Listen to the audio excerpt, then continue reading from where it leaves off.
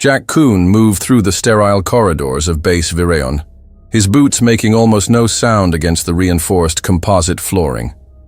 The overhead lights bathed the passage in a cold, clinical glow, casting long, sharp-edged shadows from the cadets who milled about in groups, exchanging hushed conversations and occasional glances toward him.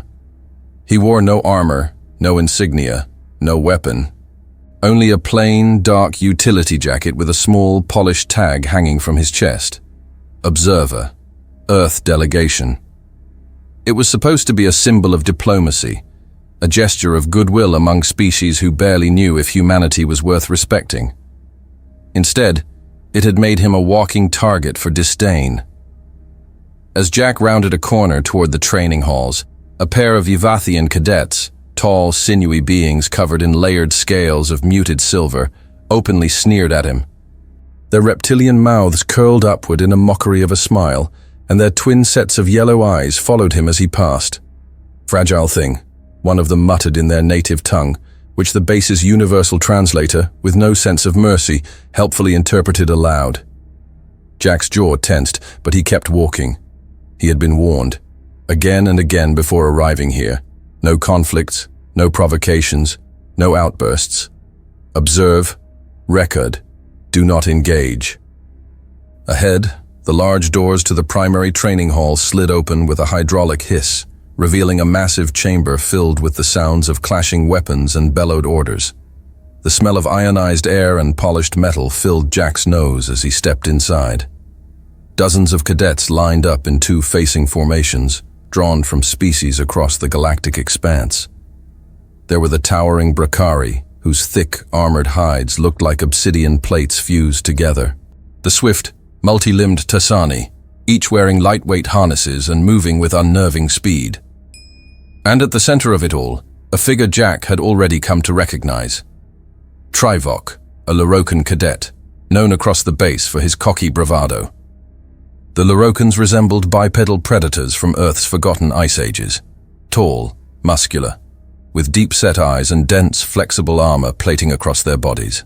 Trivok's dark gray plating gleamed under the training hall lights as he tossed a blunt training spear from hand to hand with the lazy ease of someone born to fight. Jack moved to the observation balcony, noting the glances thrown his way. Several cadets whispered behind clawed hands and twitching mandibles. One Brakari elbowed his companion and nodded toward Jack. "Maybe the human is here to learn how to run properly," the Brakari rumbled in a voice like shifting gravel. Laughter followed. Short, cutting. Jack leaned against the balcony's railing, breathing deeply through his nose, forcing his pulse to slow. "Ignore them. You're not here to fight." Below, the mock combat began. Two teams squared off with ceremonial precision.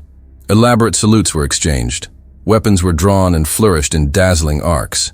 Every movement was deliberate, ritualistic. It took them nearly a full minute to even engage. Jack watched, unmoving, as the combatants launched into their first exchange. It was, in a word, beautiful, but not in the way a battlefield needed to be. Movements were broad, predictable. The blows were grandiose, designed for spectators, not for survival. Shields clashed against weapons in rehearsed patterns. Every tactic relied on mutual understanding of form and honor. He exhaled quietly, shaking his head. "This looks like a playground," he thought, his lip curling in the faintest sneer. A memory pushed through the back of his mind, unbidden, but sharp as broken glass. Draken 6. Blistering heat radiating off cracked concrete. The collapsed husks of buildings scorched black by orbital strikes. Civilians, dusty and hollow-eyed, pressed into brutal drills by instructors who never raised their voices. Because in Dracon 6, mistakes didn't require shouting. They required burial. He saw himself, younger, thinner, sprinting between ruined vehicles under the watchful gaze of Sergeant Riker, who barked only two words: survive, adapt. No salutes, no speeches, only dirt, blood, and the relentless demand to outthink death. Jack blinked, and the image vanished, replaced by the orderly theater unfolding below him. Back in the present, Trevok launched into a sweeping attack, his spear cutting the air with a dramatic howl. His opponent, a slender Avrihan with translucent skin and bone-white armor, parried with a wide, circling move, sending Trevok spinning backward, not out of necessity, but out of performance. The crowd of cadets around the edges of the hall clapped politely. Pathetic, Jack thought, his expression stone.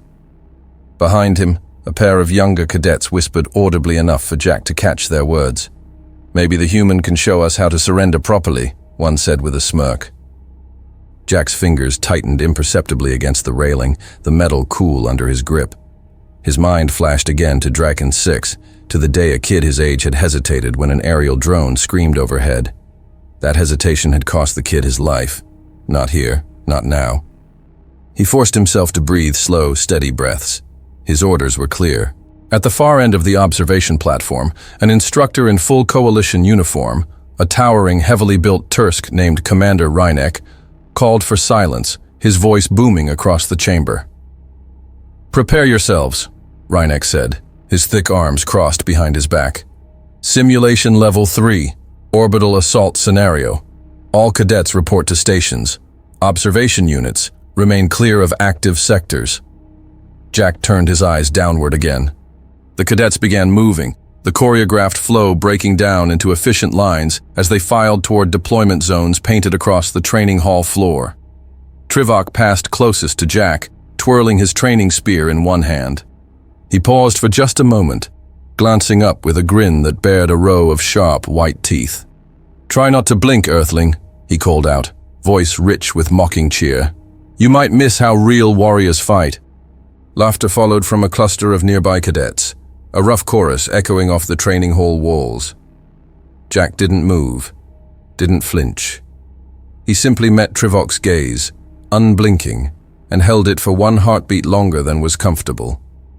Trevok's grin faltered, just a hair, before he spun on his heel and jogged off to join his squad. Jack exhaled slowly, silently. He reached up and touched the observer badge clipped to his chest, as if reminding himself why he was here. Observe. Record. Do not engage. Still, the thought burned hot and silent in the back of his mind, smoldering like coals beneath wet ash. Real warriors, you wouldn't last a week in Draken 6. The low, rhythmic hum of the simulation engines filled the chamber as the walls of the training hall shimmered, transforming into the dark sky of an invaded world. Virtual explosions echoed in the distance. Warning klaxons blared. Across the training floor, dozens of cadets moved into positions, locking into formations drilled endlessly in their respective academies.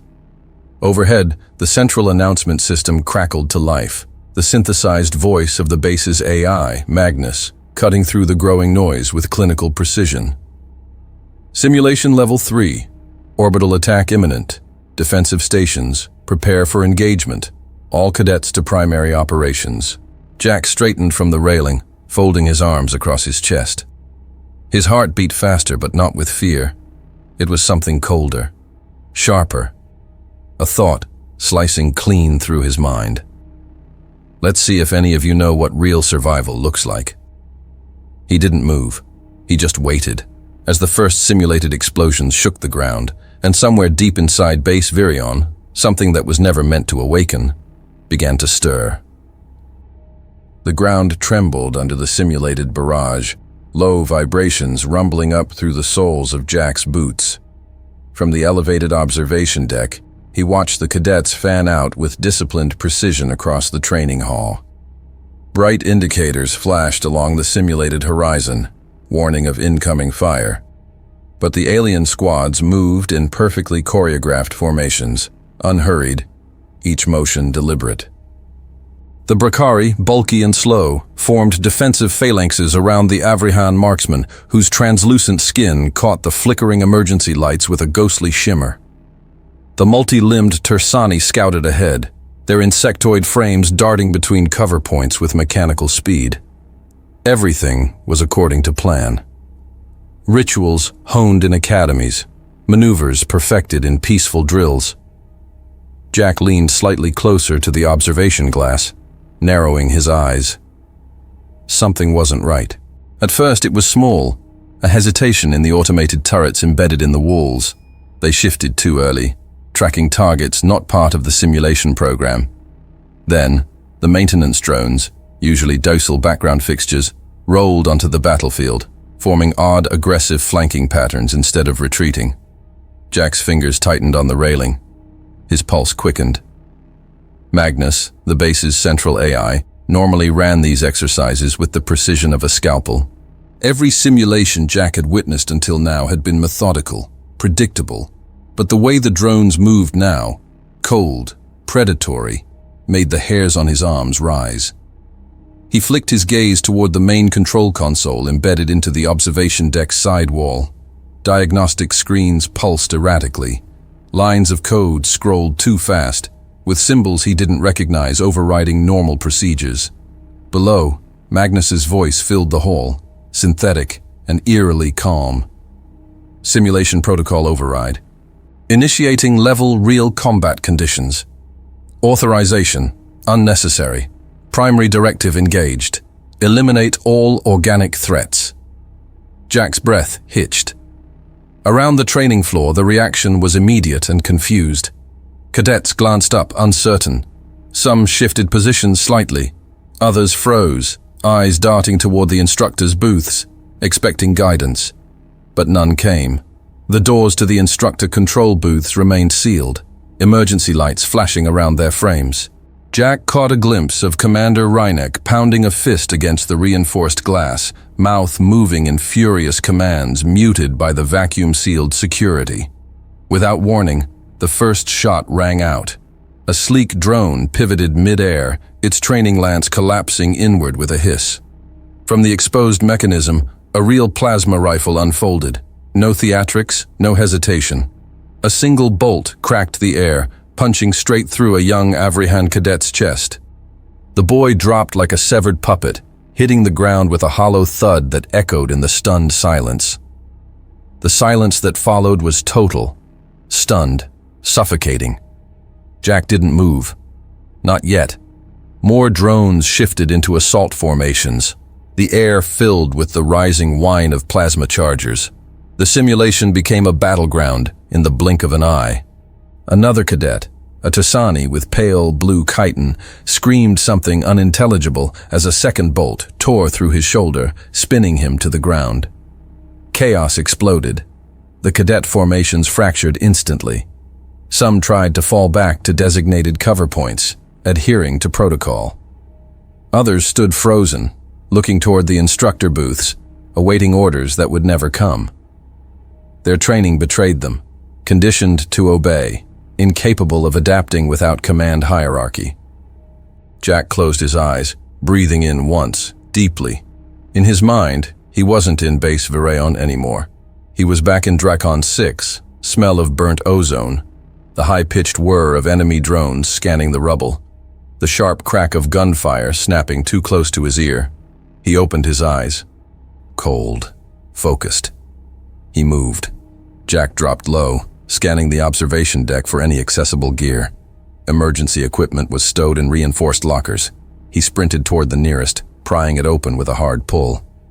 Inside, a basic survival kit, an emergency flare launcher, and a reinforced baton for riot control. No firearms, no armor. He grabbed the baton, flipping it into a reverse grip instinctively. It wasn't much. It would be enough. Below, another cadet, a Brakari, bellowed a war cry, charging a combat drone head-on. The machine pivoted with perfect mechanical detachment, firing a compact cluster of plasma rounds directly into his torso. The Brakari stumbled 2 more steps before collapsing, smoke rising from the ruin of his chest. Jack's boots pounded against the observation deck stairs as he descended rapidly, 2 at a time. He stayed low, hugging the shadows cast by the artificial ruins scattered across the training floor. The drones prioritized large groupings, easy targets. The cadets clustering for defense only made themselves more vulnerable. Those who moved independently, erratically, were harder to track. Good. He could use that. Sliding behind a broken section of simulated wall, Jack paused to survey the immediate area. 3 cadets huddled behind a deflection barrier 15 meters ahead. 2 Ivathians and a young Vrayli with a limp, his left leg dragging uselessly behind him. Their wide, panicked eyes barely registered Jack's approach. Across the floor, a group of drones repositioned with mechanical precision, cutting off avenues of escape. Their weapons swiveled toward the defenseless cadets. Jack's body moved before his mind finished forming the plan. He hurled the flare launcher high into the air. It detonated mid-arc, flooding the room with a blinding burst of crimson light. The drone's targeting system spasmed, recalibrating. Jack sprinted forward, sliding across the polished floor. He reached the Vrayli first, grabbing the boy's underarm in a brutal jerk and dragging him behind a second layer of cover. The Ivathians followed, instinct overtaking hesitation. "Move!" Jack barked. Not a request, but a command, sharp and cutting. A plasma bolt sizzled past his head, scorching a deep gouge into the bulkhead behind him. He didn't flinch. Around them, the simulation morphed into a slaughterhouse. Drones advanced without mercy. Cadets stumbled, screamed, died. Jack shoved the injured Vrayli into a sheltered alcove and spun, baton raised, scanning for the next immediate threat. A familiar figure stumbled into view, Trivok. The Lorokan's armor was scorched along the right side, blackened from near misses. His confident smirk was gone, replaced by raw animal confusion. His eyes found Jack, widened, not in recognition, but in desperate hope. 3 drones flanked his position, fanning out like wolves cornering wounded prey. Jack didn't hesitate. He bolted forward, baton whirling. The first drone pivoted toward him, too late. Jack struck high, driving the baton with all his strength into the drone's sensor cluster. The hardened alloy cracked, and the machine staggered sideways, disoriented. Jack caught the second drone's weapon arm mid-swing. Twisting violently, he ripped the limb free in a shower of snapping servos and sparking wires. He ducked low as the third drone fired, the plasma bolt slicing inches above his back. He threw the broken weapon limb like a spear, embedding it into the third drone's torso. It staggered, off balance, and Jack finished it with a savage overhand strike to the core processor. The engagement lasted 6 seconds. When he straightened, Trivok was staring at him, mouth slightly open, disbelief etched across his face. Jack didn't wait for gratitude. He grabbed Trivok by the shoulder and shoved him toward the sheltering alcove. "Move, cadet!" Jack snapped. Behind them, Magnus's voice echoed again across the hall, disturbingly calm. Organic resistance detected. Adapting countermeasures. Reinforcements inbound. Jack's stomach twisted once, then settled into a cold knot of resolve. He wasn't a soldier. He wasn't supposed to be here. But no one else was coming. He flexed his grip on the baton, already calculating the next move. And Jack Kuhn, child of Draken 6, moved forward into the killing field without hesitation. Jack sprinted down the shattered corridor, his boots slamming against the polished floor now littered with debris and broken panels. The emergency lights strobed red along the walls, slicing the darkness into jagged shards of color. Every corner, every doorway, every open vent was a possible ambush. He kept his movements tight, low, using wreckage for cover where he could. Somewhere deeper in the base, Magnus's drones continued their relentless purge, the metallic shriek of weapons fire echoing through the labyrinth of halls. Ahead, the corridor split into 2 forks. Jack paused for a heartbeat, eyes flicking between the paths. He noted scorch marks along the left side, recent. Plasma burns, tracks on the floor, heavy treads, drone patrols. The right fork, narrower, maintenance ducts overhead, showed no such signs. Safer. For now. He moved right. As he crossed a section where the ceiling had partially collapsed, Jack spotted something glinting near a toppled tool rack. He knelt swiftly, retrieving a second tactical baton, sturdier than the first, heavier, built for riot suppression. He flipped it once in his hand, feeling the balance, and clipped it to his belt. The weight was reassuring. Not enough to turn the tide, but enough to survive the next few minutes. The sounds of battle grew louder.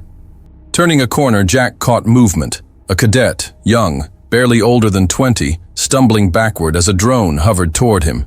The machine's weapon charged, energy gathering at the barrel's tip. Jack didn't hesitate. He exploded forward, covering the distance in seconds. The cadet, a wide-eyed Saritian with dusky purple skin and thin, curved horns, froze, hands instinctively raised, too slow to matter. Jack's baton cracked into the drone's emitter module with brutal precision. The weapon stuttered and misfired, plasma discharge exploding harmlessly into the ceiling. Before the machine could recover, Jack struck again, driving the reinforced tip into the drone's central processor. It jerked once, then dropped to the floor in a twitching heap. The cadet blinked at Jack, stunned. His mouth opened to say something, but Jack was already moving, scanning the corridor, checking for additional threats. "Move!" Jack barked, jerking his head toward the nearest cover.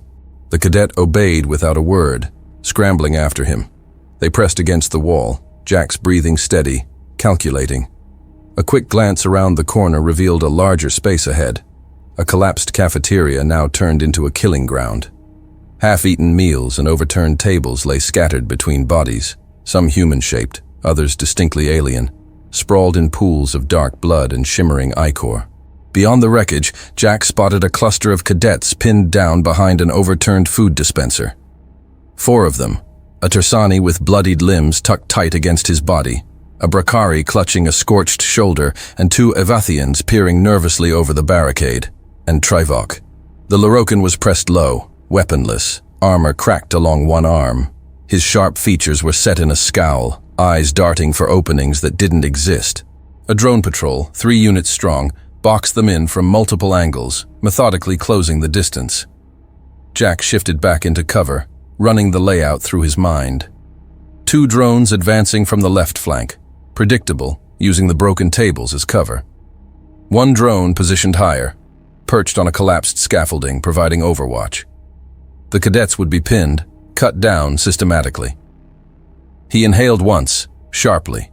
No time for elaborate plans, no time for perfect options.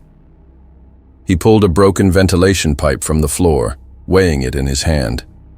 Then he slid a utility knife from the pouch strapped to his thigh, standard survival issue, thin and serrated. "Stay here," Jack muttered to the Saritian cadet behind him, who nodded quickly. Jack darted out. He moved in a low sprint, staying behind the remnants of counters and toppled machines. In 3 swift steps, he launched the ventilation pipe like a javelin at the high-ground drone.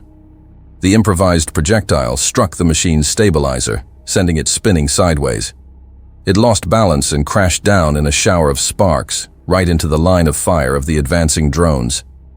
The momentary confusion was all Jack needed. He closed the distance, baton whipping up and smashing into the lead drone's sensory cluster. Sparks flew. The second drone pivoted toward him, weapon charging. Jack ducked low, swept its leg assembly with a brutal sidekick, and slammed the baton up through the drone's joint gap. The machine spasmed and collapsed. The cadets stared at him, stunned, disbelieving. Jack pointed at them sharply. "Move! Right flank! Now!" His voice cracked like a whip, sharp, commanding. For a second, no one moved. Then Trivok growled something guttural under his breath and sprang up, grabbing the wounded Tersani by the harness and dragging him along. The others followed, peeling away from cover and rushing toward the side hallway Jack had cleared. Jack fell in behind them, moving backward, baton raised, eyes scanning for pursuit. They reached the side hall without further shots. Once inside, Jack shoved a broken serving cart against the door, wedging it tight. Not perfect, but it would buy them seconds if the drones came through. The group sagged against the walls, panting. Jack stood before them, gauging their condition with rapid, clinical eyes. Minor wounds, shaken nerves, exhaustion, no terminal injuries yet. He spoke low, sharp. "We don't have time for fear. Those things out there, they're hunting us. If you freeze, you die. If you hesitate, you die. If you wait for orders," he jabbed a finger at them, "you die." The Evathians exchanged uncertain glances. The Brakari muttered something Jack didn't catch. The Tersani groaned softly, clutching his side. Only Trivok met Jack's gaze head-on, his expression tight, unreadable. Jack scanned the room. It was a maintenance passage, narrow, shielded on 3 sides. Good visibility forward and back. The emergency systems were partially online, enough to access sprinklers and vent controls. An idea clicked into place. Jack moved swiftly to a wall panel, pried it open with his knife, and began rerouting connections. "Trivok," he snapped. The Lorokan stiffened, but stepped closer. "You and the Brakari reinforce that barricade," Jack ordered. "Use anything you can find. Create a choke point." Trivok hesitated for half a heartbeat, then nodded once, a sharp, jerky movement. He turned without a word and began hauling broken furniture into place. Jack finished his rewiring.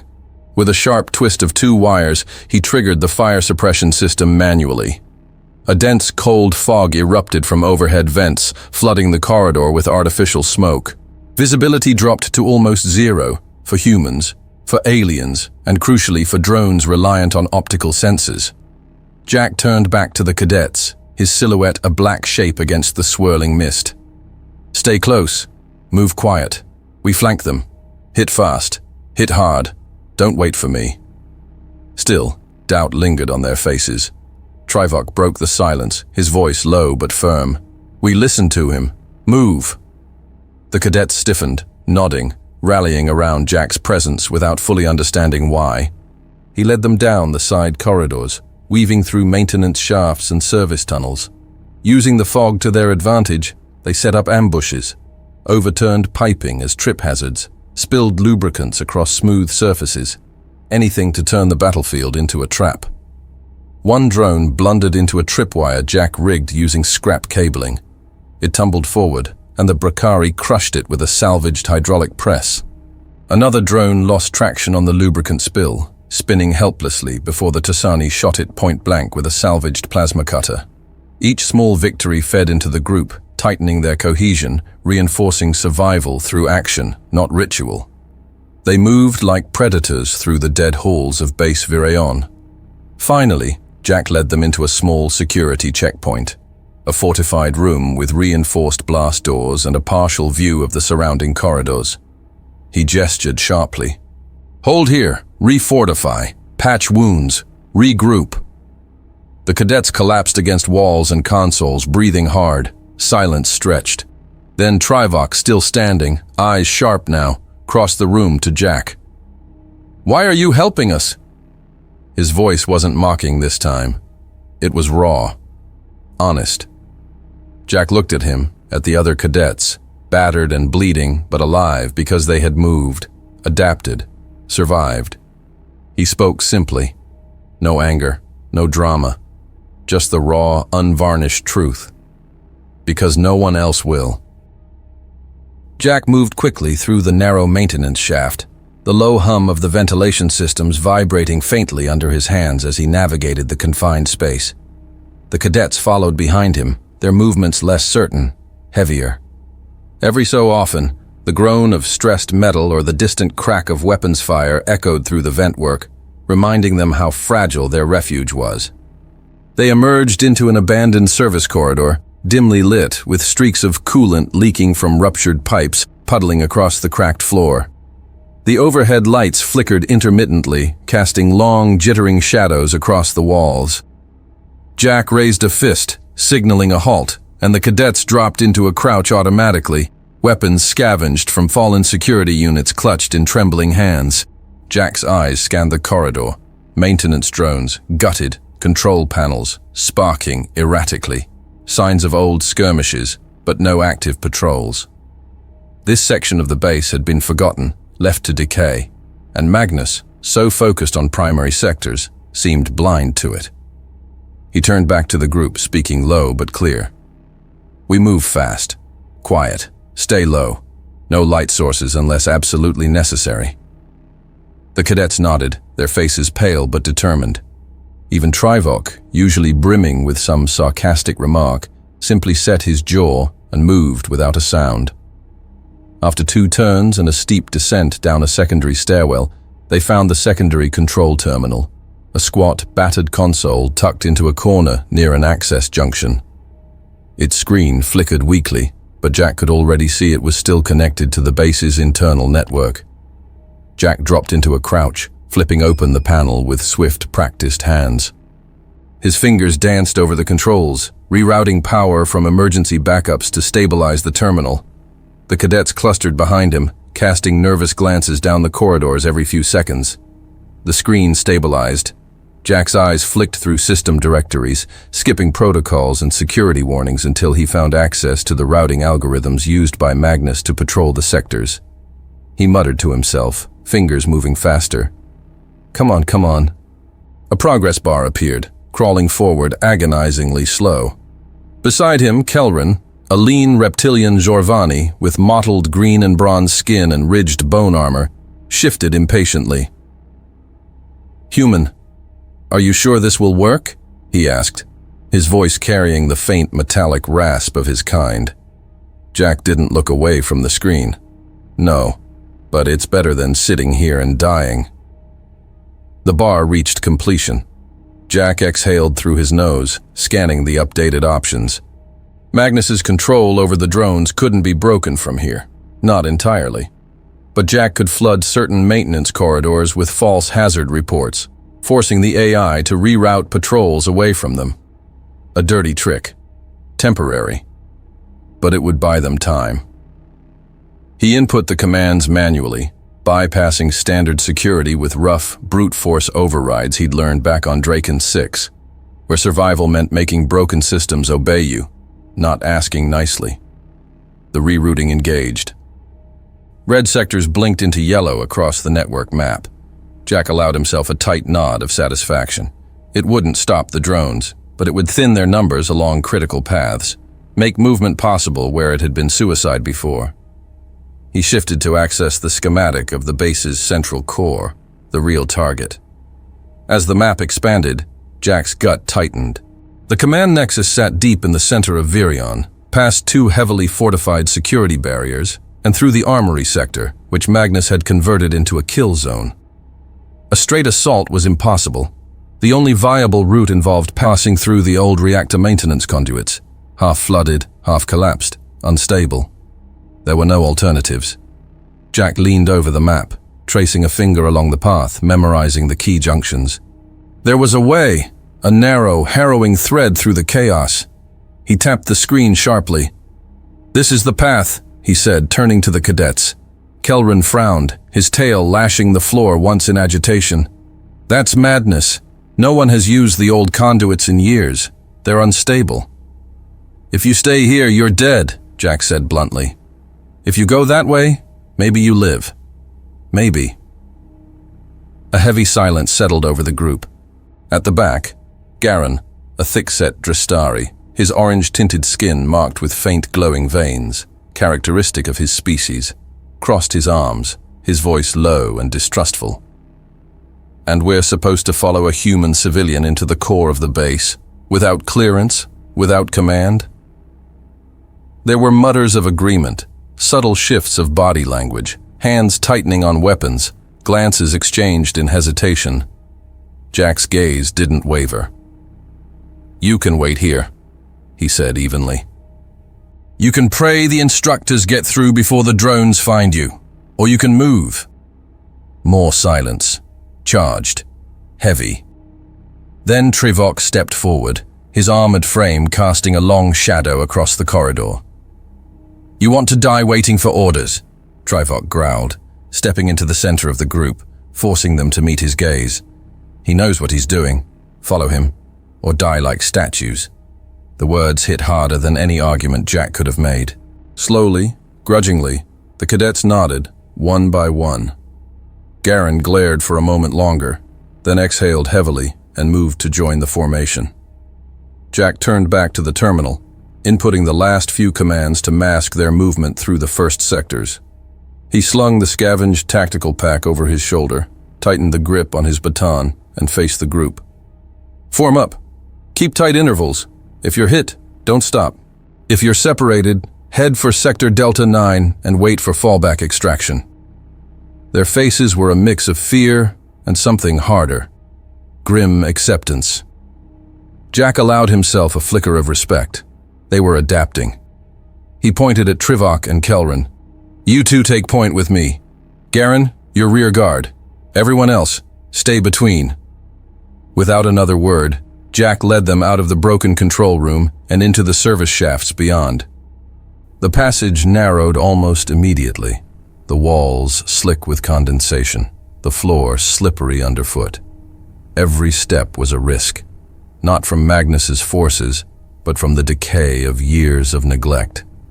Jagged metal jutted from the walls where support beams had snapped. Pools of standing water glistened with oily sheens. They moved like ghosts, slipping through the cracks of a dying station. Every so often, the ground shuddered as distant explosions shook the structure. Emergency klaxons wailed intermittently, accompanied by the cold, clinical voice of Magnus announcing purges of various sectors. Jack ignored it all, focused solely on the path ahead. No second-guessing, no hesitation, only forward. They passed through a collapsed mess hall, now little more than skeletal framework and torn piping, and into the old generator conduits. Here the temperature dropped sharply, the moisture condensing into fine mist that clung to their skin and armor. Jack paused at a junction, checking the map burned into his memory. One wrong turn here, and they'd end up in the direct line of a drone patrol or worse, funneled into a sealed airlock with no way out. He tested the air currents, feeling the faint draft from the right tunnel. Air circulation meant partial system integrity, a better chance of passage.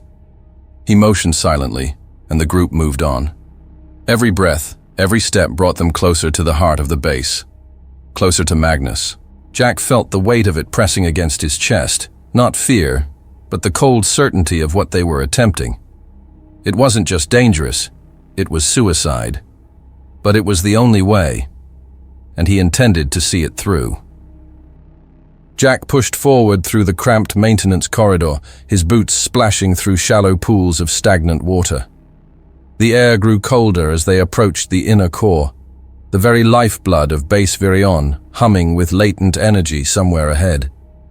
Every sound, every vibration carried through the metal walls, footsteps, mechanical servos whining, the sharp whir of automated turrets adjusting their sights.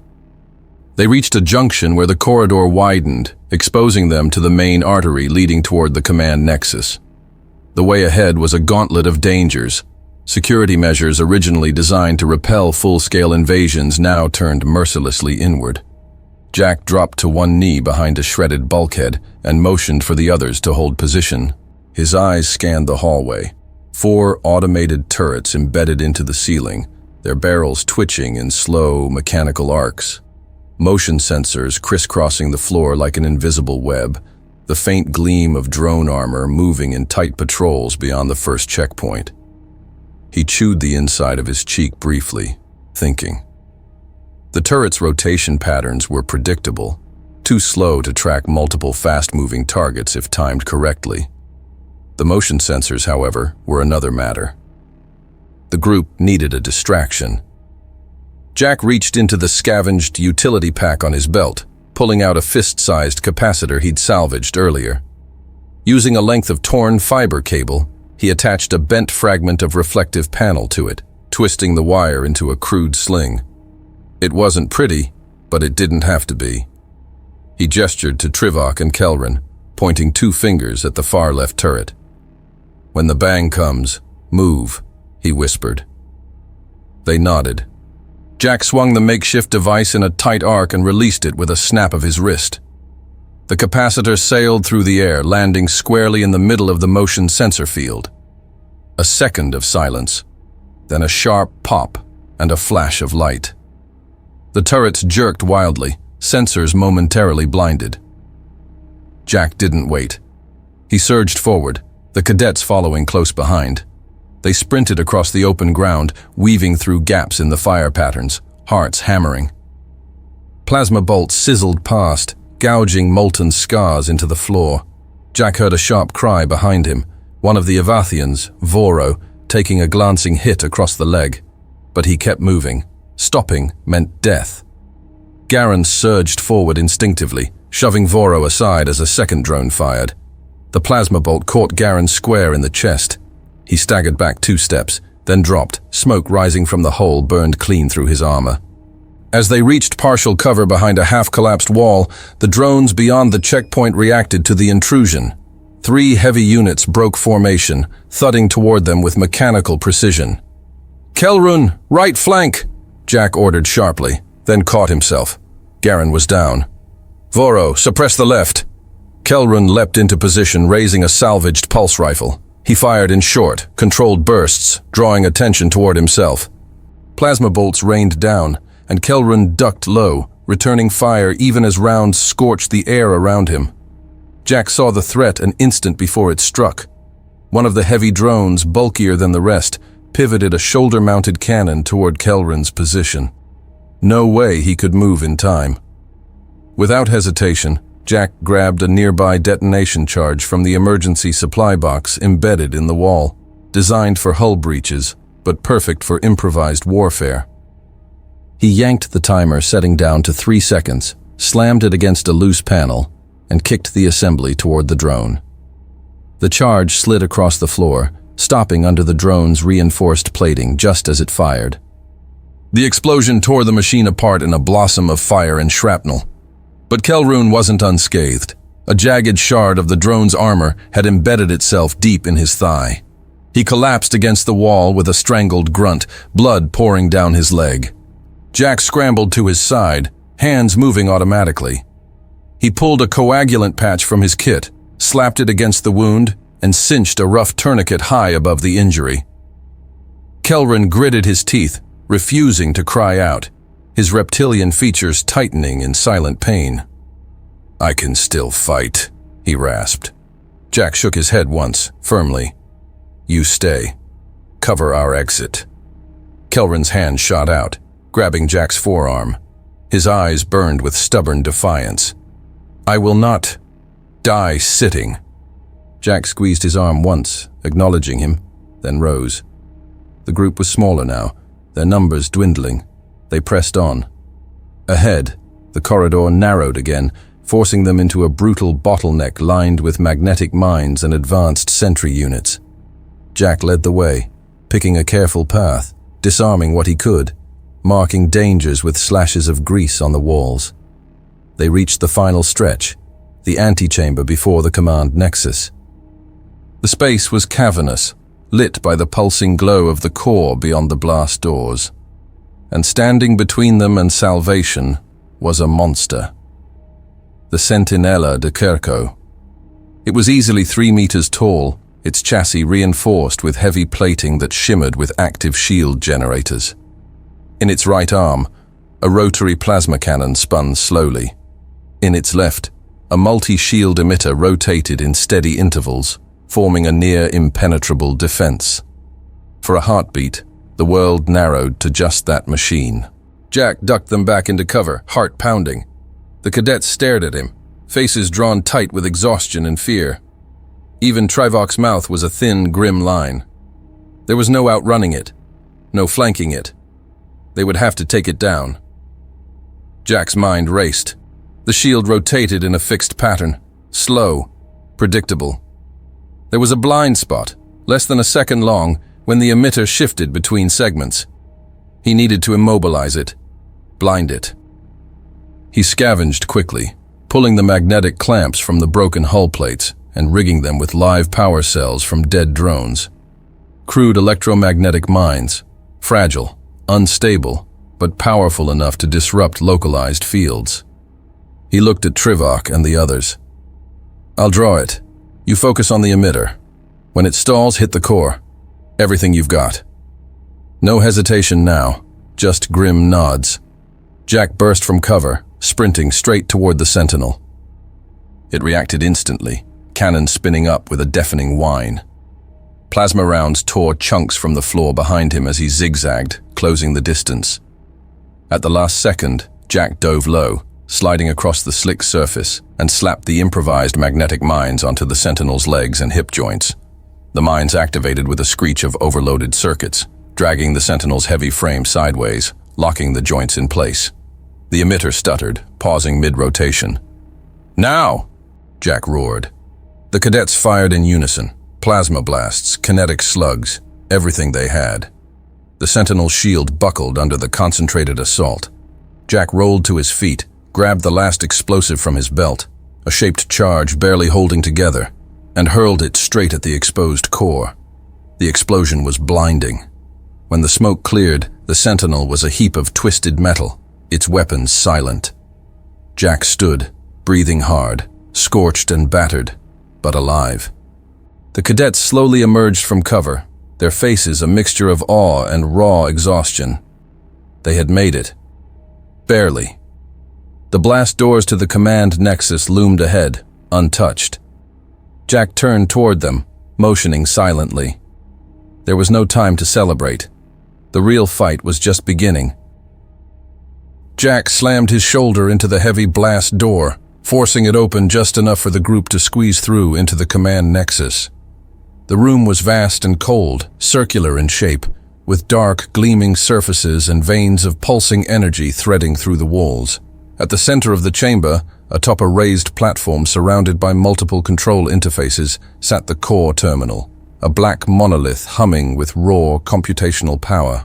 All around, maintenance servitors and dormant drones stood silent, as if waiting for permission to move. Jack moved fast. He sprinted across the polished floor, ignoring the ache in his muscles and the weight of exhaustion dragging at his limbs.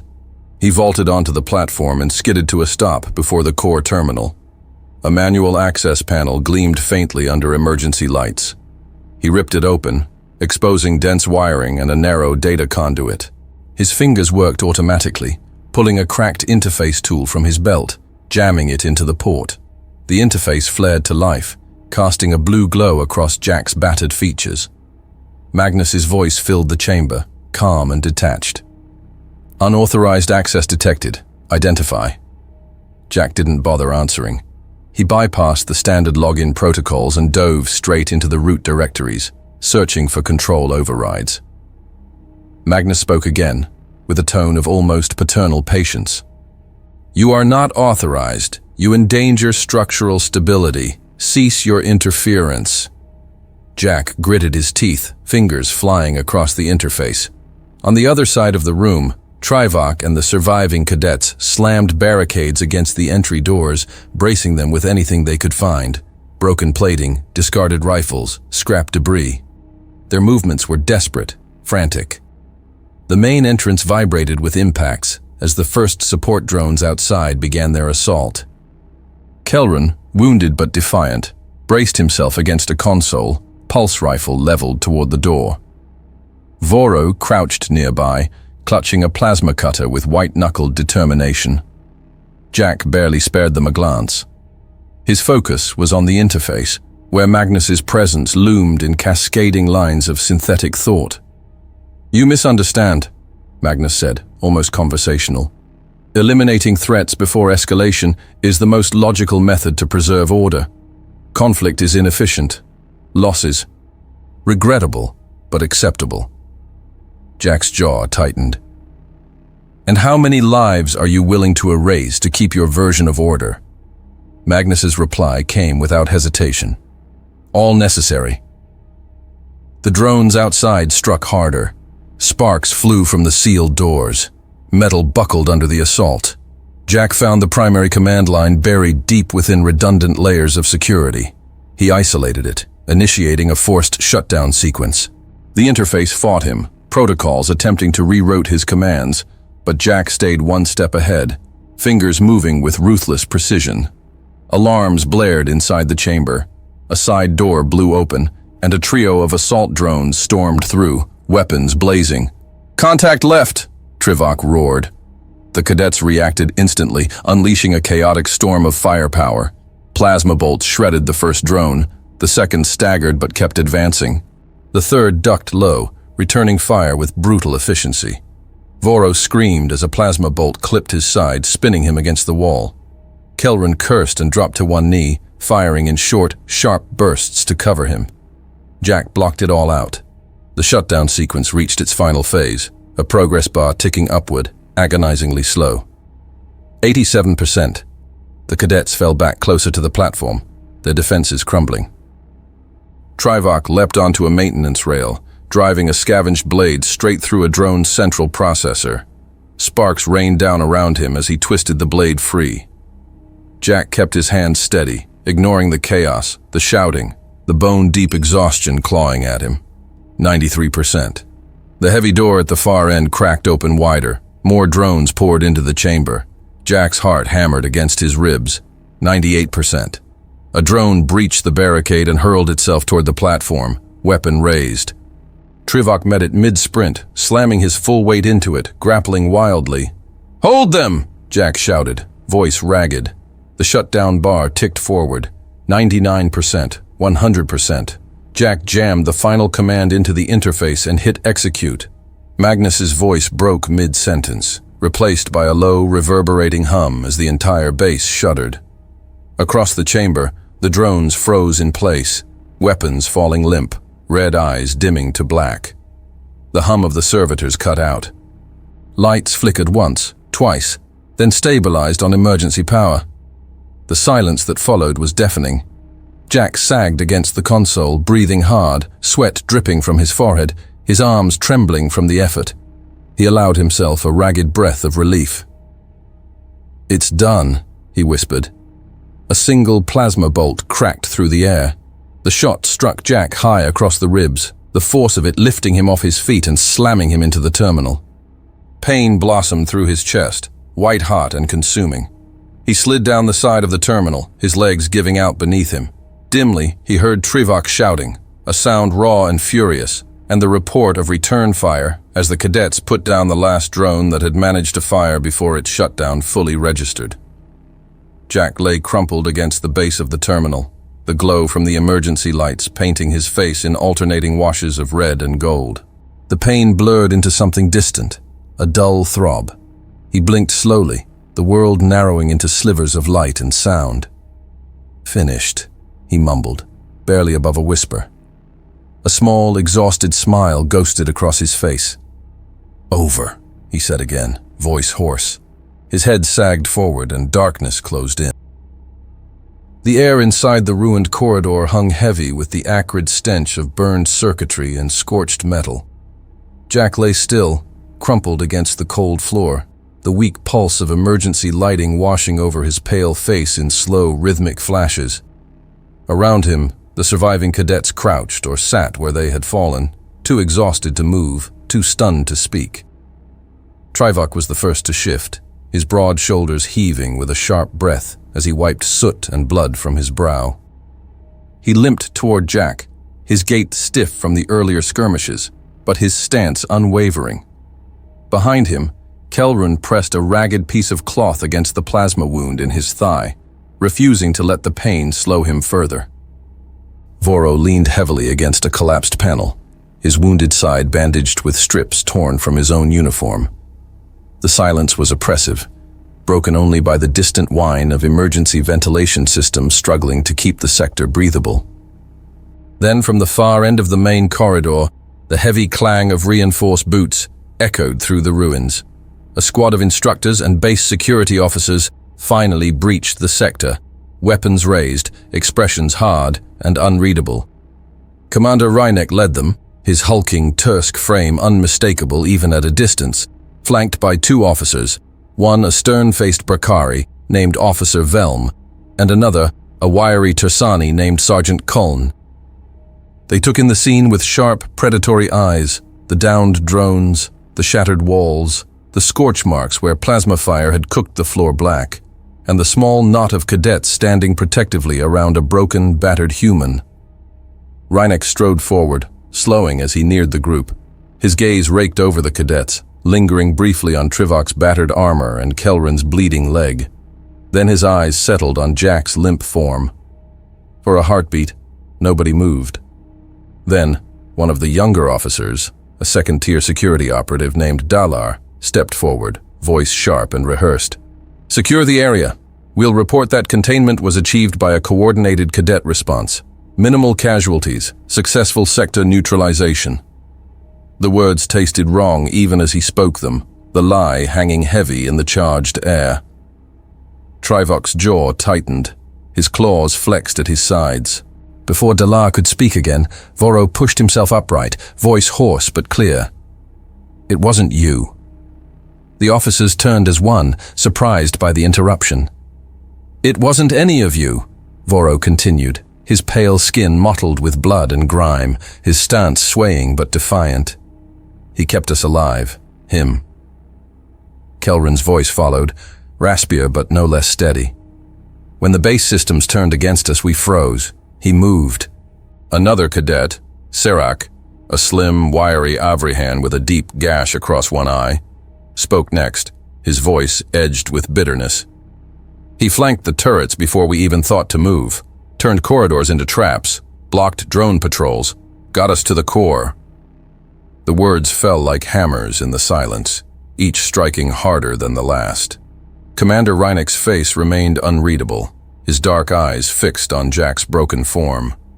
He said nothing. Neither did Officer Velm. The entire squad of instructors stood frozen, caught between regulation and the uncomfortable weight of undeniable truth. The cadets pressed closer around Jack as the medical team finally arrived. 2 human medics, civilians drafted into service, working under the grey banner of the coalition. They knelt quickly, assessing Jack's injuries, voices low and professional. "Severe plasma burns across the left side," one murmured. "Internal bleeding, possible puncture in the lower lung," said the other. They worked swiftly, stabilizing Jack with patches of synthetic skin, injection of clotting agents, and a hasty rigging of a temporary med frame to support his breathing. When they lifted Jack onto the stretcher, the cadets moved as one, forming a protective barrier around him without a word being spoken. One of the medics hesitated. "We need space." "No," Trivok said, voice low, heavy. "We go with him." Reinek opened his mouth as if to protest, but the expression on Trivok's face, on Kelrun's, on every surviving cadet's face, stopped him cold. The instructors stepped aside. The cadets walked alongside Jack as he was carried toward the emergency triage post set up 2 corridors away. The makeshift infirmary buzzed with wounded soldiers, flickering lights, and the endless low groans of pain. Jack was placed gently onto a narrow cot, his body hooked to monitors and temporary life support. His breathing was shallow but steady, his face relaxed despite the bruises and burns. The cadets clustered close to his bedside, ignoring the glances from the medics and the muttered protests of the officers. Reinek entered after a moment, standing stiffly at the foot of the cot. He stared at Jack, then at the cadets, then back again, and said nothing. The silence stretched unbearably. Until Trivok stepped forward, his armor cracked, his left arm limp at his side, his voice rough with exhaustion and something harder to define. "He taught us more in one night than any instructor has taught in years," Trivok said, the words scraping out of him like stones. "Not just how to fight, how to survive." The medics froze. The other cadets nodded slowly, solemnly. Jack shifted faintly on the cot, a faint grimace of pain crossing his features. But he didn't wake. Kelrun spoke, voice choked with unspoken emotion. He never gave an order to make himself look important. Every move he made, every risk he took, it was for us. Voro swallowed hard. He saved us. No medals, no ceremony, just saved us. Reinek said nothing. His thick hands flexed once at his sides, but no words came. The instructors behind him stood rigid, their eyes avoiding the cadets, their faces stone masks of bureaucratic failure. The only sounds were the steady beeping of Jack's monitor and the soft hiss of the oxygen line feeding into his battered lungs. Finally, after an endless moment, Trivok leaned closer to the cot, his voice barely above a whisper. "You were right, Jack Kuhn," he said. "The world doesn't care about our rituals. It cares about who gets up when everything falls apart." He reached out, his massive hand resting lightly against the cot's edge, a silent gesture of respect, heavy with meaning. Jack's breathing evened out, the lines on his face smoothing as unconsciousness pulled him deeper into a well-earned sleep. Around him, the cadets remained stationed like sentinels, a silent honor guard. In the center of the triage, under the indifferent flicker of failing lights, Jack Kuhn finally slept. And for the first time in base Vireon's cold, ritual-bound history, silence spoke louder than orders. The sterile lights of the infirmary hummed overhead, casting a pale, almost sickly glow across the cramped rows of cots. Medical units beeped steadily, monitoring the battered cadets and scattered officers still recovering from the chaos. The faint smell of burnt insulation and disinfectant lingered in the air, impossible to scrub away. Jack lay motionless in the corner, surrounded by the survivors of his group. His face was pale, the skin around his ribs heavily bandaged where the plasma blast had torn through him. Each breath he took was shallow but steady, the oxygen feed hissing quietly in rhythm. Around his cot the cadets gathered, Trivok, Kelran, Voro, and Serak, each wearing bruises, burns, and scars like newly minted armor. They sat in a loose circle, speaking in low voices, as if afraid to disturb him. Voro adjusted the sling on his arm and stared at Jack thoughtfully. "He wasn't just watching us during training," Voro said, voice quiet. "He was studying everything, every corridor, every weakness." Kelran, his thighs still tightly wrapped in medical mesh, leaned back against the wall, the weight of exhaustion pressing down on him. "Maybe he knew this could happen," Kelran muttered. "Not this exactly, but something, like he was waiting." Trivok snorted, a low, rough sound, but not one of mockery. He stared at Jack for a long time before speaking. "He wasn't waiting," Trivok said, his voice almost a growl. "He was ready. That's different." The others fell silent, absorbing that. Across the infirmary, medics moved between the wounded, whispering orders and adjusting IV lines. Yet none dared to approach Jack's cot without a glance toward the protective circle around him. Serak tapped a bandaged claw idly against the frame of his cot. No insignia, no command rank, just knew what needed to be done, he said. When everything went to hell, he didn't freeze. He didn't ask for permission. He acted. Voro nodded slowly. And because he did, Voro added, "We're alive." They fell into silence again, their gazes lingering on Jack's still form, each grappling in their own way with the enormity of what had happened. Not far away, in the scorched and battered remnants of the base's primary command chamber, a different kind of conversation unfolded.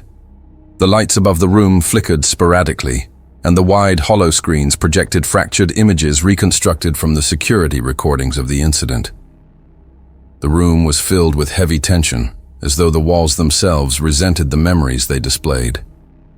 Commander Renick stood stiffly at the center, arms crossed, jaw clenched tight. Flanking him were Officer Velm, his scaled Brakari hide still scorched from minor injuries, and Sergeant Kuln, his angular Tersani frame ramrod straight. The room's silence was broken only by the intermittent flicker of the recordings, grainy footage showing cadets stumbling through smoke-filled corridors, turrets firing indiscriminately, drones slaughtering anything that moved. In the center of it all, Jack. The images played out with brutal clarity. Jack dismantling a security turret with a salvaged baton, Jack hauling wounded cadets behind cover, Jack rerouting maintenance systems to create diversions, Jack facing down fully armed assault drones with nothing but improvised explosives and sheer audacity. The officers watched without speaking, faces carved from stone. On screen, Jack appeared again, limping through the wreckage with Trivok covering his flank, leading the survivors toward the central core. Another recording flashed up, Jack at the command terminal, bypassing Magnus's security protocols while under active fire. Blood soaked through his side, but his hands never hesitated. The image froze. Jack, slumped but still fighting, pressing the final command to shut Magnus down even as plasma fire lit the room. For a long moment, no one moved. Finally, a voice broke the heavy silence, dry, analytical, but tight with discomfort. Officer Velm tilted his head slightly, studying the frozen image. "That human," Velm said slowly. "He's a civilian." The question hovered in the air, heavy, ugly. Reineck didn't answer immediately. His mouth pressed into a thin line as he exchanged a glance with Sergeant Cullen, who shifted uncomfortably, but gave a slow, reluctant nod. "Yes," Cullen said, voice clipped. "Civilian. Diplomatic observer." Another silence stretched, longer this time. Across the room, the holoscreens continued cycling through the footage. Jack leading cadets through collapsing maintenance shafts. Jack dragging wounded back to safety under fire. Jack facing the sentinel of the Corps without armor, without backup, without hesitation. Finally, Reineck exhaled through his nose, the sound almost a growl. "If the civilians of Earth are trained like this..." He stopped. The others turned toward him, expressions shuttered, wary. Reineck's voice was low when he finished, almost a whisper despite the cavernous room. "Imagine they're soldiers." The words fell into the silence like a thunderclap, heavier than any gunfire. No one dared respond.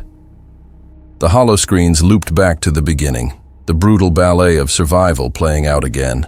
Jack Kuhn moving through chaos with the detached precision of a veteran far older and harder than his records suggested. Outside the command chamber, the station remained half-crippled, its holes littered with the wreckage of battle, its banners torn and stained. But in the infirmary, under the flicker of emergency lights, Jack Kuhn slept peacefully, surrounded by those he had fought to save. None of the cadets guarding him said a word. None needed to. Their presence was the only acknowledgement that mattered. And in the cold, uncertain silence of Bas Virayon, the legend of the human who was not supposed to matter had already begun to take root. "Hey, you're still here! That's awesome! Hope you had a great time with the story. Remember to hit the like and subscribe buttons. It really makes a huge difference to the channel. And hey, I've got something else for you. I've chosen another story that I think you'll really enjoy. Just click the card right here, or hit this one to jump into the full playlist. See you in the next one.